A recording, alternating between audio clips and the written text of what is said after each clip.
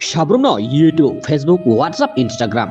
तैबो गोबां platform खुलगैनाय खायकेन illegal immigrant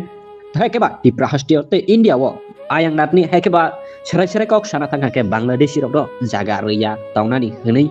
आबो हायरंनो जों मांपलि साब्रुमनो नुगै मानो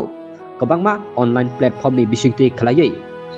आबोनो कारिबो तिप्रा हास्टिनि माया गोनां ते तिप्रा सानो खागोनां हेक हामजाकनाय बरम गोनां डेविड मोरासिं आबोनो आबो हाय पार्टी मुं रकनो काटी रना हनैनो तिनि आगरतलानि सिमि दिल्ली जरा ओंगे आनपानो 2500 किलोमीटर नि लामानो हिमै दङ जे बांलादेशी रकनो जागा तारनि हेकेबा रनानि माना खलायनानि बागै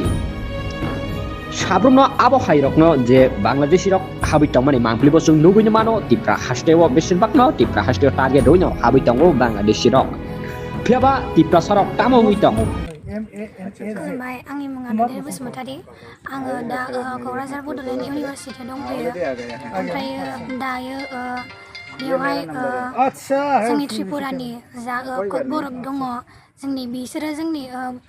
बर'फोर बायदियानो जाहैबाय बिसोरो जोंनि लेंगुवेज जानाय लोंनाय थानाय गासिबो एखे जोबानो जाहैबाय बिसोरो दा मोनसे मिशनखौ लानानै दिल्लीसिम त्रिपुरानिफ्राय दिल्लीसिम थाबायनानै थांनो नागिरगासिनो दङ बिसोरो त्रिपुरानिफ्राय बड'लेण्डसिमाव अलरेडि 25 days जाफैबाय आरोखि थाबायनानै फैनाया ओमफ्राय दा बिसोरो दिल्लीसिम मास मोननैसो लाबोगोन आरो ओमफ्राय बिसोरो दा थांबाय थासिगोन दिनैहाय बिसोरो रेस्ट लादों मैयानिफ्राय दिनैसिम ओमफ्राय गाबोन बिसोरो ओंखारलांफिनगोन आरो दिल्लीसिम थांनो थाबायनानै ओमफ्राय नोंसोरो जोंनि बर'फ्रा आरोखि जोंनि बर'फ्रा आदामोनखौ बा सारमोनखौ बिसोरबो जोंनि बर'आनो जाहैबाय नालाय माने बिदा फंबाय बिसोरखौ एसे सापर्ट खालामलायबानो जाबाय आरोखि ना गोजोन्थों खुलुमबाय हामबाय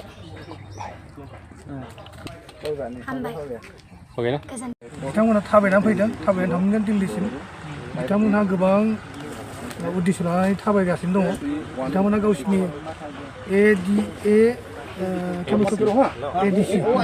एडिसियाव आगोलनि एग्रिमेन्टआव जेरैबायदि सुक्ति खालामदों बेखौ बिथांमोना सेन्ट्रेल गभर्नमेन्टनिफ्राय बेखौ मोजाङै रायलायनो थाखाय बिथांमोनहा थाबायनानै थांगासिनो दं मिनिस्टारफोरखौ लोगो हमनो प्राइम मिनिस्टार लोगो हमगोन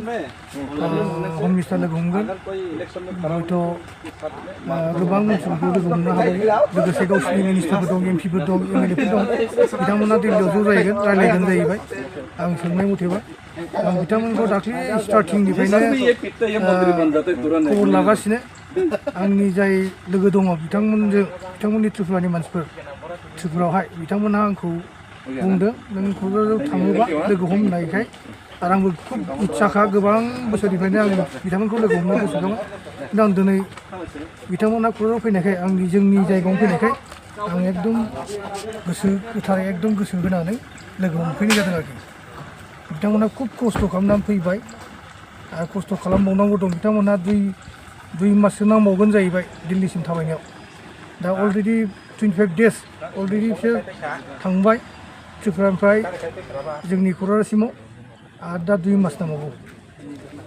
बिथांमोनहा बिराद खस्थ' खालामबाय गावसिनि डिमान्डखौ लानानै दा बिथांमोननि साननाय हनाया जाफुंथों आं बेखौनो इसोरनाव आर'ज गाबो आरो बिथांमोननि पैदाल जात्रा मुङै थाबायनाया जाफुंथों मोजां मोजां सहैथों जेबो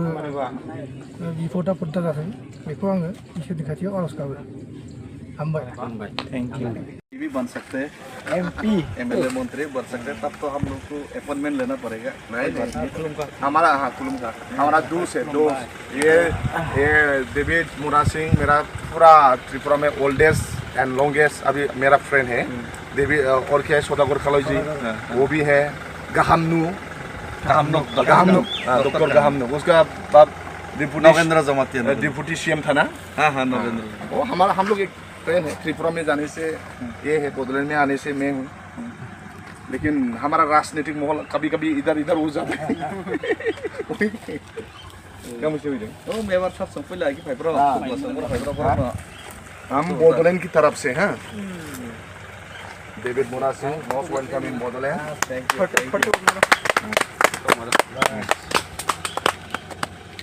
यू और और जो उसे के दो ये मेरा दोस्त है ओह इसका घर में जाकर मैं खाना भी खा कर आया ऐसा है ना अरे ये मेरा दोस्त है हम भी और इन्वेस्ट ये करना भी मैं पड़ेगा एक बात खाने के लिए। हाँ। टिपरालैंड का सबसे पुराना 2009 से अच्छा दिल्ली में गया था क्या पहले अभी नेता बन रहे हाँ पहले तो माफी पहले दिल्ली में हम अच्छा लोग- अच्छा अच्छा कैमरा ऑफ करो कैमरा ऑफ करो हाँ? बापी ना पर आदर्श तो पर एक बार फोटो मारेगा हम भी लाइन करके एक दिन ना फिर काका क्या फोटो ना ले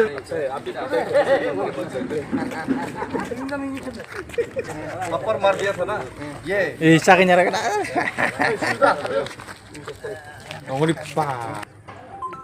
रेडी तो बोलो अच्छा वो दादा कहाँ गया वो पिछली बार हम जो इसका घर में खाना खाया था मैं बात कराऊंगा अभी एक इसका घर है तो वीडियो खींचना का ना अरे जल्दी करो दर्द हो रहा है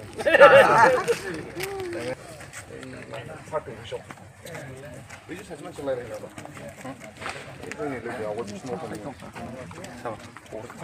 बनो मुझे तांगे रखे थे मंत्री नहीं तो जब हम दिव्य जी जब गुवाहाटी में हम लोग था ना उसका वो उसको बोल रहे हैं ना आप है ना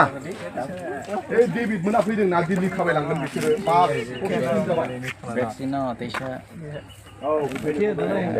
आं सामानि नांगोना हाँ ऐसा करना है Tiprasa Ayogland Hurulen Ayogland Hurulen Ayogland At that time, we compelled to demand 6 schedule, like the BTC. Na? So, and Tripura is not under the state of Assam, but that all the which states, which regions are under the Assam, they have right to demand the 6 schedule. But Tripura have no right because it's not under the state of Assam, it's under the it is under the Bengal at that time. In our own state to preserve our lands, lands and political rights. So after that, finally in 1984, the government of India, led by the Indira Gandhi, they passed our ex-prime minister. She passed the law to form the 6th schedule under the Tripura state. What happened? Our people they have so many hopes after getting TTC, but practically TTAD is not sufficient to give the safeguard to our people. And TTADC has they don't have so many powers. What they have, whom I want to provide this land rights and forest, whom I want to give that partner. And we don't have the taxation powers. GST, that GST. So we don't get so many our people, they take, so many our youth, they take gun and they started armed struggle yet like